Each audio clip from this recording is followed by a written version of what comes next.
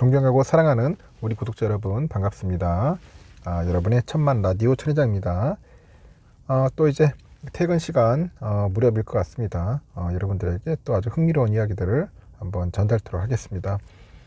편하게 들어주시고 여러분들 댓글 좋아요도 많이 눌러주시기 바랍니다. 여러분들의 따뜻한 사랑인 좋아요 많이 눌러주는 거예요. 댓글도 많이 달아주시면 감사하겠습니다. 날이 무척 차네요. 보니까 저녁 되니까 찬바람도 많이 불고 상당히 좀 위축되게 사람을 만드네요. 보니까 하여튼 날씨 건강 유의하시기 바라겠습니다. 오늘 보니까 홍콩 완전 홍콩 갔어요. 진짜 말 그대로 홍콩 그 항생지수 이렇게 막 처참하게 떨어지는 건 처음 봤어요. 무슨 전쟁 난 줄 알았어. 보니까 중국의 이제 빅테크죠. 이 빅테크 그 규제, 이 규제 때문에 또 난린 것 같아요. 규제. 여기 또 부동산 시장 침체, 이런 것 등으로 유례없는 이제 폭락을 거듭을 하는 것 같아. 유례없는 폭락을 거듭을 하면서 그 원금의 그 비보장 조기 상환형 주가 연계증권이라는 게 있어. 참 우리말로 길죠.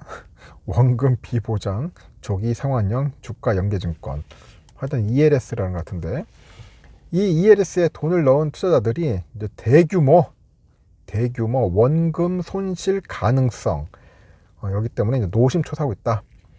내가 볼 때는 원금 손실이 가능하겠네. 보니까 지금 항생지수 꼬라지 보니까 손실 날 것 같습니다. 그래서 ELS를 판매한 그 일부 시중은행은 그 시장 동향을 면밀히 예의주시하고 있습니다. 예의주시하고 있고, 이제 고객들의 그 불안, 그런 걱정을 감안해서 이제 상황반을 구성하는 등 대응이 나섰다고 하는데, 일단은 금융권에 따르니까 지난해 6월 한 시중은행이 이제 판매한 그 ELS에 한 3억 5천만 원을 넣었어. 모 씨가 3억 모 씨가 넣었는데, 최근 그 홍콩 그 지수가 원금 손실 구간이라고 하죠. 그 낙인, 영어로 낙인이라고 하는데, 하여튼 그 원금 손실 구간에 이제 진입을 하다 보니까 하루하루 살얼음을 걷는 기분이다, 그런 이야기를 하고 있어요. 지난해 2월에 한 12,228.63까지 올랐던 홍콩 지수가 엄청 떨어졌죠. 현재 22,000인데 지금 현재 15,000인가 그렇게 팍 떨어졌어요. 지금 보니까 많이 떨어졌습니다. 기사 내용도 보니까 그 수치가 잘못 나왔네. 보니까 하여튼 15,000대로 훅 떨어졌다는 겁니다. 그 ELS는 그 기초자산인 그 지수나 그 개별 종목 가격이 만기까지 이 정해진 조건을 유지를 하면은 그 약속한 수익률을 지급하는데, 그 손실 발생 기준선이 있어. 그 녹인 베리어라고 합니다. 영어로 녹인 베리어. 그 밑으로 떨어지면은 이제 원금 손실이 날 수 있는 그 파생 결합 상품입니다. 파생 결합 상품이다. 그래서 이제 홍콩 지수를 이제 기초 자산으로 하는 그 ELS는 그 만기 때 그 H 지수가 그 가입 시점에 정해놓은 베리어가 있어요. 베리어가 75에서 80% 정도 되는 것 같아요. 이 수준을 회복하면은 원금 이자를 받을 수는 있는데, 지수가 그 낙인 설정 효과 얼마에 그 마이너스 50에서 55% 정도, 여기에 들어가면은 결국은 50% 넘는 원금 손실이 발생하는 거야. 이거 완전 거의 배팅하는 것 같은데, 거의 하여튼 떨어졌다 하면은 이제 반토막 나간다. 그래서 H지수는 그 중국 본토 기업이 이제 발행을 했지만은 홍콩 거래소에 거래되는 그 40개 종목으로 구성된 지수입니다. 그 중국의 빅테크 등 그 성장 산업 규제와 제로 코로나 그 방역 정책에 따른 그런 경기 영향, 그리고 부동산 경기 침체 등 여러 악재가 이제 포개지면서 이제 급락세를 면치 못하고 있다는 겁니다. 그래서 국내 금융회사들이 이제 판매한 그 H지수 연계 ELS 상품은 3,100개를 넘어요. 3,100개. 원금 규모가 한 12조 원을 육박한다. 그런 이야기도 있고, H지수가 이제 급락을 거듭하다 보니까 작지 않은 상품이 이제 낙인을 터치한 거야. 낙인을 터치한 것으로 현재 이제 파악이 되는 것 같아요. 일단은 금감원에 따르니까 H지수 그 연계 ELS를 포함해서 지난해부터 올해 상반기까지 그 녹인이 발생한 ELS 규모가 모두 2111억이라네요. 2111억 정도 되고, 고강도 글로벌 긴축과 그 경기 침체 우려에 하반기 들어서 이제 세계 증시 하락세가 더욱더 뚜렷해지다 보니까 그 낙인 그 구간에 진입한 ELS 규모는 훨씬 더 늘었을 것이다. 그렇게 이제 추정이 되는 거죠.